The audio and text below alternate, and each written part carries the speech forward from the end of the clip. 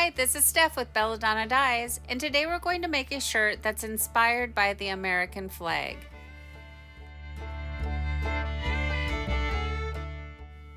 Start by turning your shirt inside out and then using a washable marker mark out your pattern.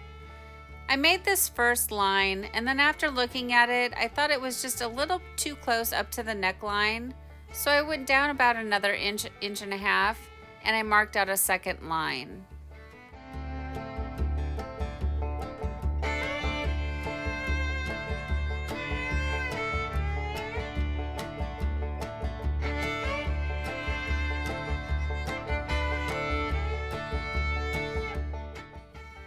Next, you want to center your shirt, and you want to use the sleeve inside the other sleeve technique.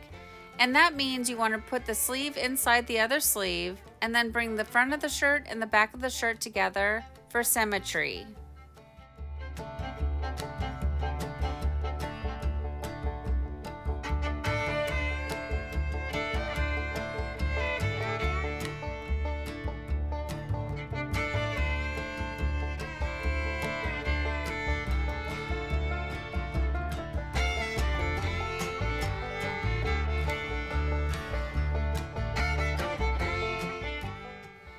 Once you have your shirt centered and all smoothed out, you want to pleat along this line, and I decided to make these pleats about an inch tall.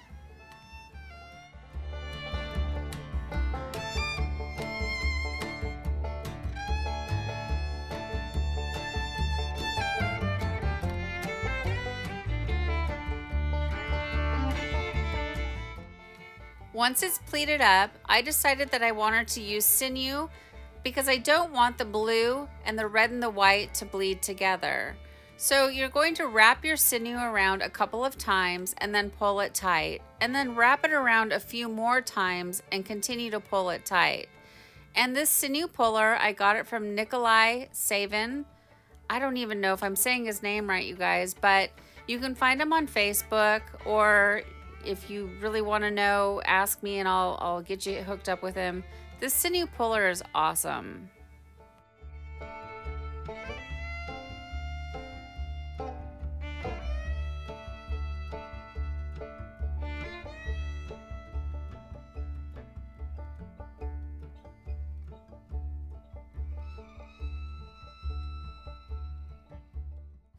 Once the sinew is secure, I'm choosing to use rubber bands for the rest of the project.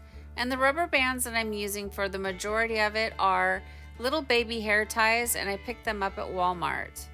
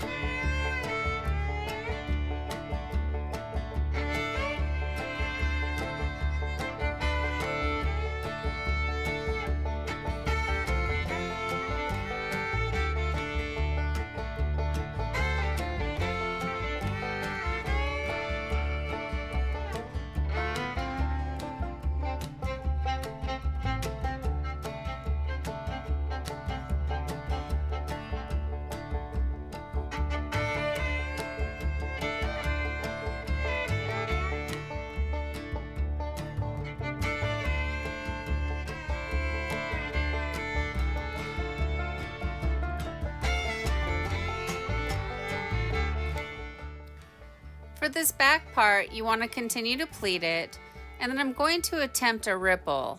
And so what that means is I'm going to pleat it up, and then I'm going to scrunch it in on itself. And I'm not sure if I really achieved the ripple, but I'm trying.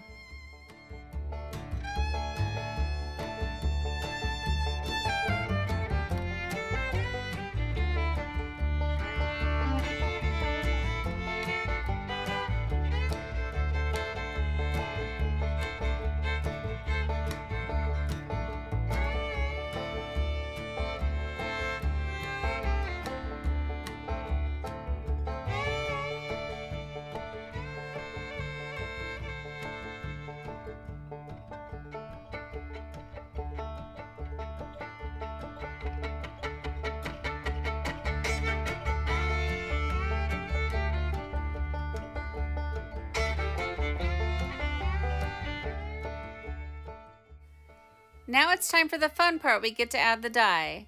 And I'm starting with Glacier Blue. I want to give it a chance to get in there and start reacting with the fibers, and then I'm going to go over top of it with the strong navy. And you can go a little bit wild with this and just have fun. Just make sure to not oversaturate.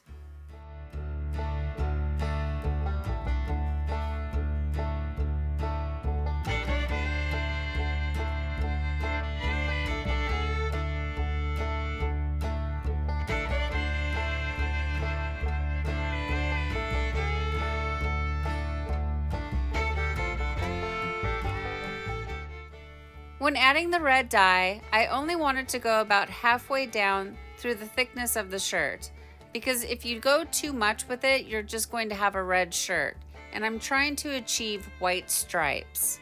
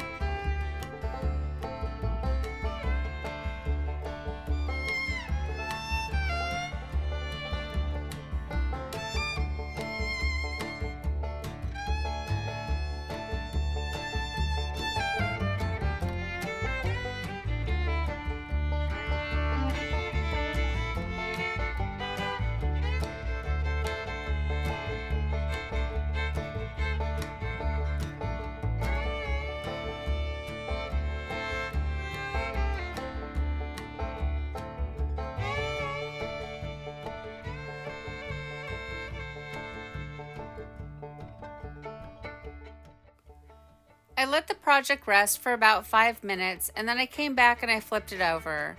And just for good measure, I thought, why not just give it a little bit more red? And I'm not going to use red anytime soon, so I just wanted to use it up.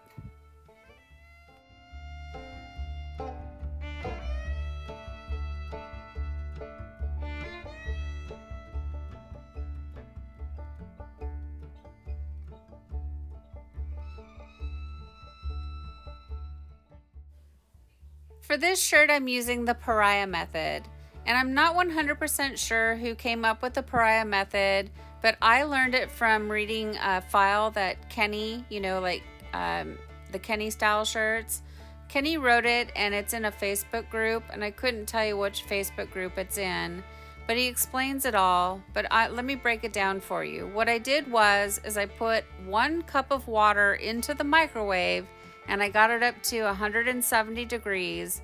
And then I used my immersion blender and I mixed in 1/4 cup of soda ash. And now I'm just taking it and I'm basically pouring it on top. It's very similar to hot water irrigation, but this is called the pariah method. So I'm not an expert at it, you guys, but if you go and search, you can find all types of information and, educate yourself on it.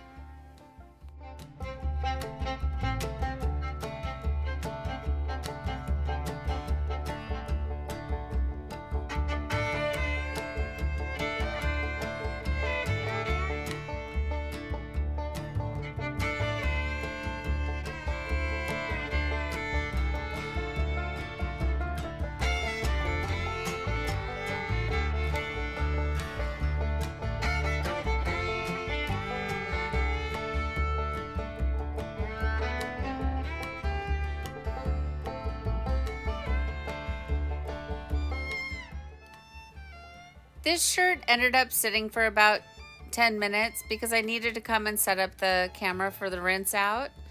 You just want to let it drip. But once you do that pariah method, it's done. So you want to start by using cold water, and that's going to rinse away any soda ash that might be reacting within the shirt, and then gradually increase the water up to hot and rinse until the water runs pretty much clear. Now I'm trying to protect white on this shirt, so I'm going to focus a lot of attention on the white side. Okay, now from here I'm going to take it to the washing machine, and this cycle is going to be a little bit different because of the white, and I'm washing it only by itself. So I'm going to do a hot water cycle using Synthropol, and Synthropol attaches to loose dye and it rinses it away. It's kind of like magic. I'm going to do a second hot water cycle using Millsoft, which brings softness back into the fabric after the dyeing process. Then I'm going to put it into the dryer, and then I'm going to iron it, and then we're going to come back and see our results.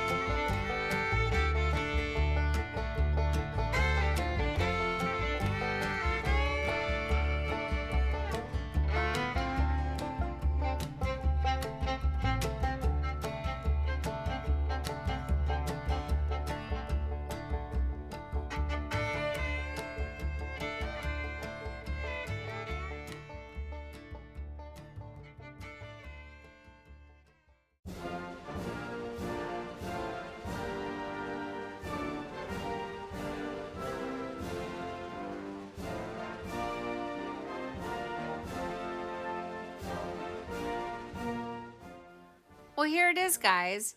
Here's our American flag inspired shirt after it's been washed and dried, with a strong emphasis on inspired by. Keep in mind, this is a tie-dye shirt, not a real, actual American flag. I am not Betsy Ross. So today is the 20th anniversary of September 11th, and I just really felt like I wanted to make a tie-dye shirt that represented the American flag. I come from a family of first responders, and you know, it was important to me. So I hope you guys like this shirt as much as I do. Thank you so much for watching. Please subscribe to my channel, leave a thumbs up, and click the bell and set it to all. That way you get notified of future uploads. And remember, have fun tie-dyeing.